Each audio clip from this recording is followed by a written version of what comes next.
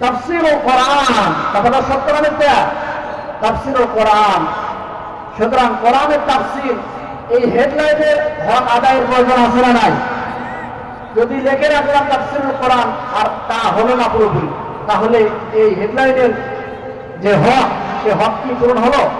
পূরণ হলো না। আমরা সেই জন্য ছোট্ট একটা সূরা ধরেছি, কারণ টাইম খুবই কম। টাইম ইজ ভেরি শর্ট, ঠিক না?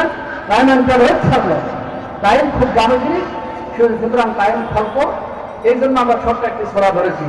সকলেরই মুখস্থ আছে, কথা বলেন ঠিক কিনা? ঠিক। কোরআনে হাকিমের 103 নম্বর সূরা, সূরাতুল আসর। কোন সূরা বললাম ভাই? সূরাতুল আসর। এখানে প্রত্যেকের মুখস্থ আছে। যে পরিমাণ মানুষের সূরা আসর মুখস্থ আছে, ঠিক ওই পরিমাণ না অর্থ বেশি পরিমাণ মানুষ এর ভিতরে কি আছে তা জানে না। কি একমত দ্বিমত? একমত দ্বিমত? অবশ্যই একমত। তাহলে আমরা নামাজে পড়ি, ছোট্ট সূরা, সকলের মুখস্থ আছে, কিন্তু এর ভিতরে কি মধু আছে?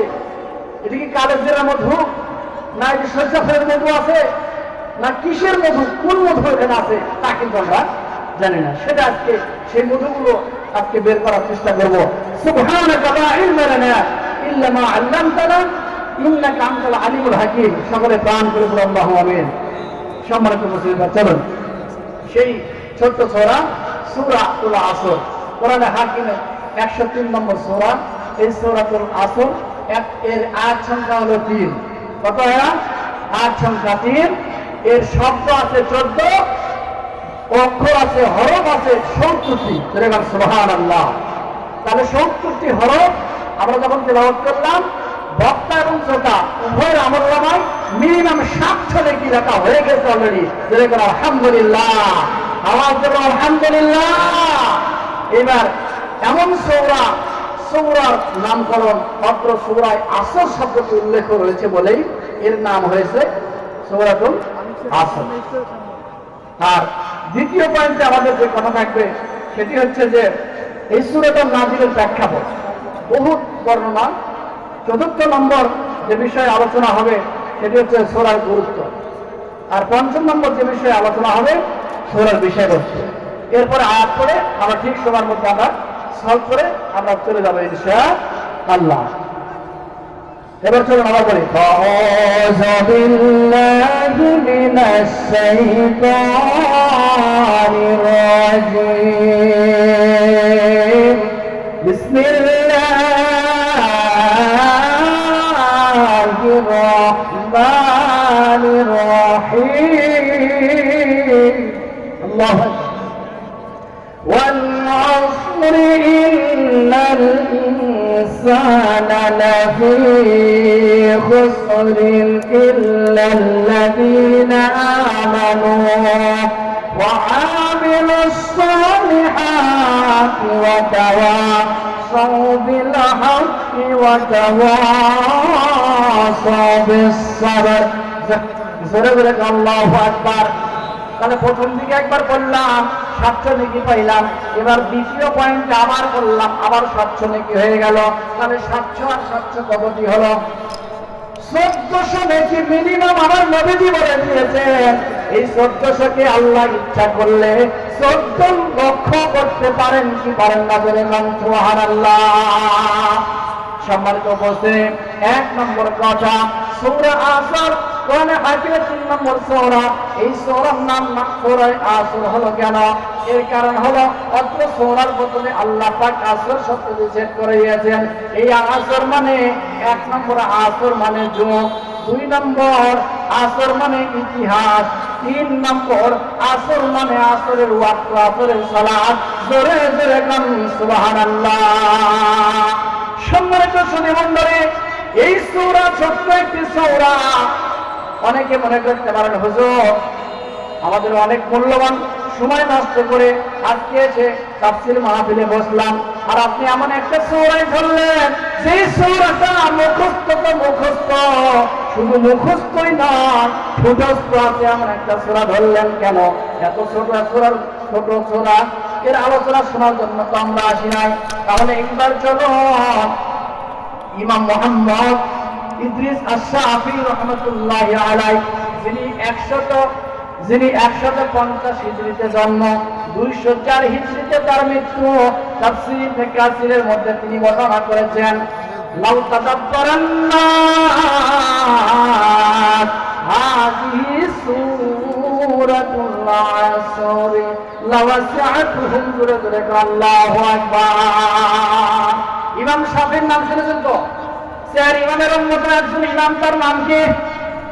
ইমাম শাফিঈ রাহমাতুল্লাহি আলাইহি বলেন, ও দুনিয়ার মানুষ, তোমরা মনে করেছ 3টি আয়াত বিশিষ্ট সূরা, কিন্তু আসলে 3টি আয়াত বিশিষ্ট সূরা দিয়ে সমাপ্ত না, আয়াত দিয়ে সমাপ্ত নয়, বরং লাউ তাদাব্বারান্নাস হাযিহি সূরাতুল আসর লাওয়াসিআতুহুম। আল্লাহ পাক কোরআনে কারীমে 114টি সূরা নাযিল করেছেন। কতটি বললাম? 114টি সূরা। আমি যে সূরা ধরেছি এটা 103 নম্বর সূরা। তার মানে আর বাকি আছে কয়টা? 113টা। 113টা। আর এই সূরা আসর একটা, এই 114টা সূরা। ইমাম শাফিঈ রাহমাতুল্লাহ আলাইহি বলেন কি, দেখেন, আমার মতন আপনার মতন ছোট বেরেন লোক নয়, ছোট ইমানদার নয়, জগৎ বিখ্যাত ইমাম ইমাম শাফিঈ রাহমাতুল্লাহি আলাইহি তিনি বর্ণনা করেছেন যে আর যে 113টি সূরা কোরআনে আছে, এই সূরা আসর বাদে এই 113টি সূরা যদি মহান আল্লাহ যদি নাযিল না করতেন, শুধুমাত্র কেবলমাত্র এই সূরা আসর নাযিল করে যদি সমাপ্ত করে দিতেন, তাহলে এই বিশ্ববাসীর জন্য, জগৎবাসীর জন্য সূরাতুল আসরই যথেষ্ট। সুবহানাল্লাহ।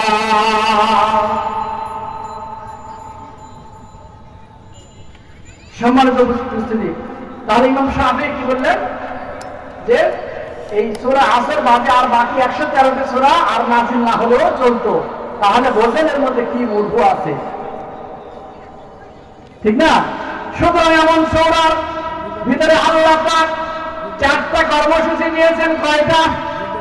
সব কর্মসূচিগুলো বলার আগে আল্লাহ পাক একটা মেসেজ দিচ্ছেন, বলছেন আল্লাহ পাক কসম করতেছেন, কসমিয়া কসম করতেছেন। আমরা যেমন কসম করি, মায়ের কসম, বাপের কসম, মাটির কসম, কোরআনের কসম, মসজিদের কসম বলি না। সম্মানিত শোনেমণ্ডলী, আমরা কসম খাই কি জন্য বলেন?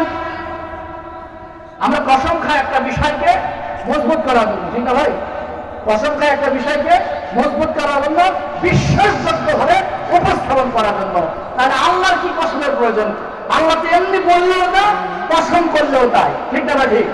সুতরাং আল্লাহ কসম করলেন কেন? কারণ আল্লাহ এই জন্য কসম করলো যে আমরা মানুষ, এমন মানুষ যে আমরা একটা বিষয়কে মজবুত করে বিশ্বাসযোগ্য করে গড়ে তোলার জন্য, জাতির সামনে পেশ করার জন্য কসম খাই। এই কসমের দিকটি আমরা পরিস্থিতি এটা আমরা বুঝি ভালো, আর কিছু বুঝি আর না বুঝি। সুতরাং এই মানুষদেরকে কিভাবে বোঝার লাগবে সেটা আল্লাহ পাক কসম দিয়েছেন। একটা সময়ের কসম, একটা ইতিহাসের কসম, আর একটি হচ্ছে আসর সালাতের কসম। কসম দিয়ে বলতেছেন, তোমরা শোনো, ইন্নাল ইনসানা লাফি খুসর। বিশাল বড় ব্যাখ্যা, একবারে সব বাদ দিয়ে 2 লাইনে শেষ করার চেষ্টা করতেছি। মনে করে পৃষ্ঠার পর পৃষ্ঠার পর পৃষ্ঠা শেষ হয়ে যাবে, সেখানে 2 লাইন। আল্লাহ পাক বলছেন, কসম করে বলছেন, ইন্নাল ইনসানা লাফি খুসর। ইন্নাল ইনসান, অবশ্যই অবশ্যই। প্রথম দিকে আল্লাহ পাক 2 বার তাগিদ দিচ্ছেন।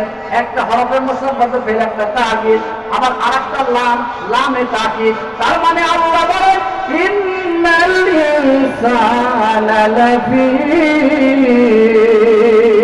খুসর। জোরে জোরে আল্লাহু আকবার।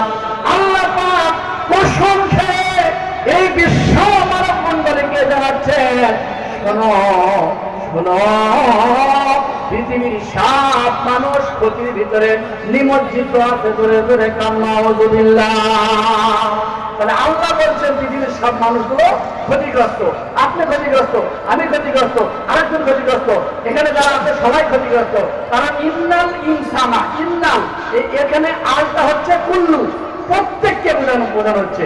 এরপরে আল্লাহ পাক বলছেন, তবে ইল্লাল্লাযীনা আমানু, তোমরা যদি 4টা কর্মসূচি বাস্তবায়ন করতে পারো, 4টা গুণ অর্জন করতে পারো, তাহলে কিন্তু তোমরা ক্ষতির ভিতরে পড়বে ইল্লাল্লাযীনা আমানু, ইল্লা হরফ ইস্তিসনা, আল্লাহ ব্যাকে দিয়ে দিয়েছে। প্রথমে বলেছেন কি বিশ্ববাসী সকল মানুষ ক্ষতিগ্রস্ত, তবে এই সমস্ত গুণ বিশিষ্ট মানুষরা ব্যতীত। তারা কারা? এক নম্বর যারা ঈমান আনয়ন করেছে, এখন সুবহানাল্লাহ, ঈমান আনয়ন করেছে, এরপরে ওয়ামিলুস সালিহাত, ঈমান অনুযায়ী ভালো ভালো কাজ করেছে, নেক নেক কাজ করেছে, দামি দামি কল্যাণমূলক কাজ করেছে, এখন সুবহানাল্লাহ। দুই নম্বর তারা কি বললাম? ওয়ামিলুস সালিহাত ওয়া তাওয়াসাউ বিল হাক্কি। তিন নম্বর তোমরা পরস্পরকে হকের দাওয়াত দিবে। যারা এই গুণ অর্জন করতে পারবে তারা ক্ষতির ভিতরে থাকবে না, তারা সফল কাম, তারা বিপদ মুক্ত। সুবহানাল্লাহ।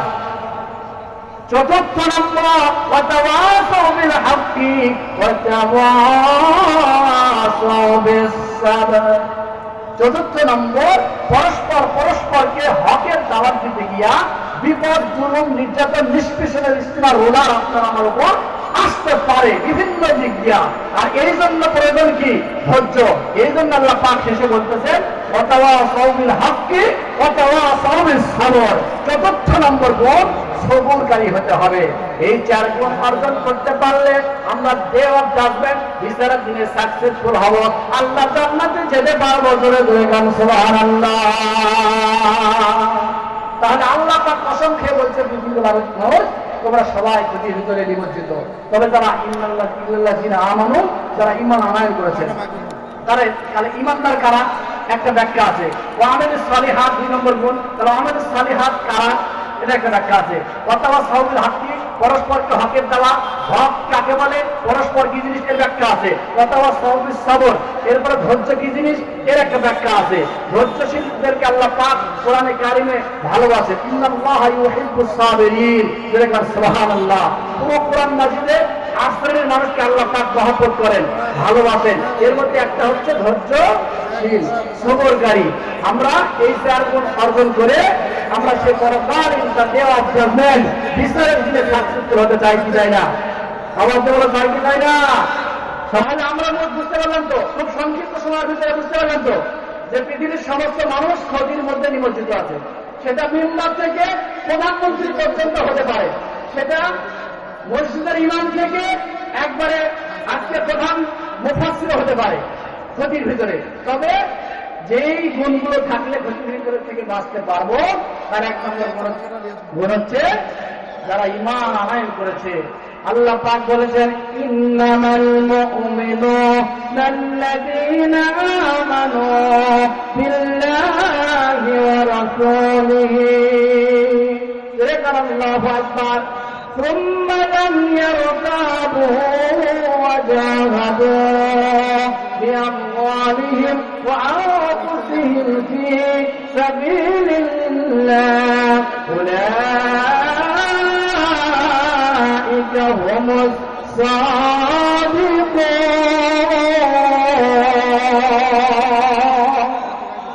সূরা হুজুরাত আল্লাহ বলছেন ঈমানদার তো তারা, ঈমানদার তো তারা যারা আল্লাহ এবং আল্লাহ রাসূলের প্রতি বিশ্বাস স্থাপন করেছে। সুম্মা লাম ইয়ারতাবু, বিশ্বাস স্থাপন করার পরে এক বিন্দু পরিমাণ তারা সন্দেহ করে না, নিঃসন্দেহ ভাবে আল্লাহ এবং আল্লাহ রাসূলের তরিকায় তার ব্যক্তিগত জীবন থেকে রাজনৈতিক জীবন পর্যন্ত প্রত্যেক ক্ষেত্রে পরিচালিত করতে পেরেছে, তারাই কেবলমাত্র ঈমানদার।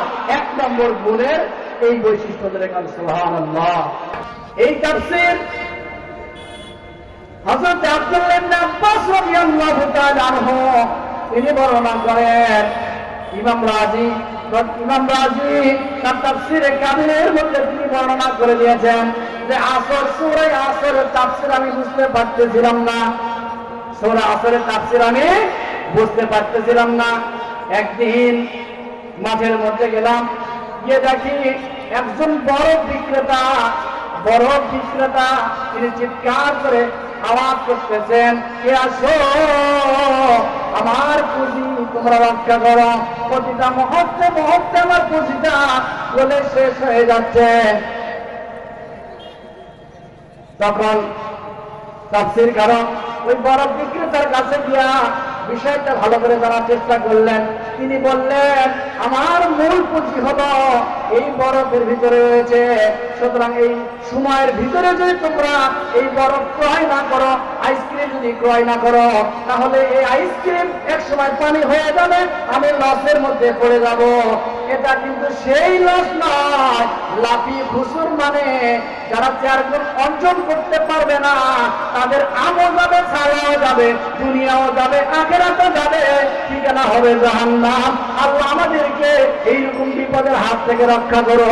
সকলে বলেন আল্লাহু আমিন।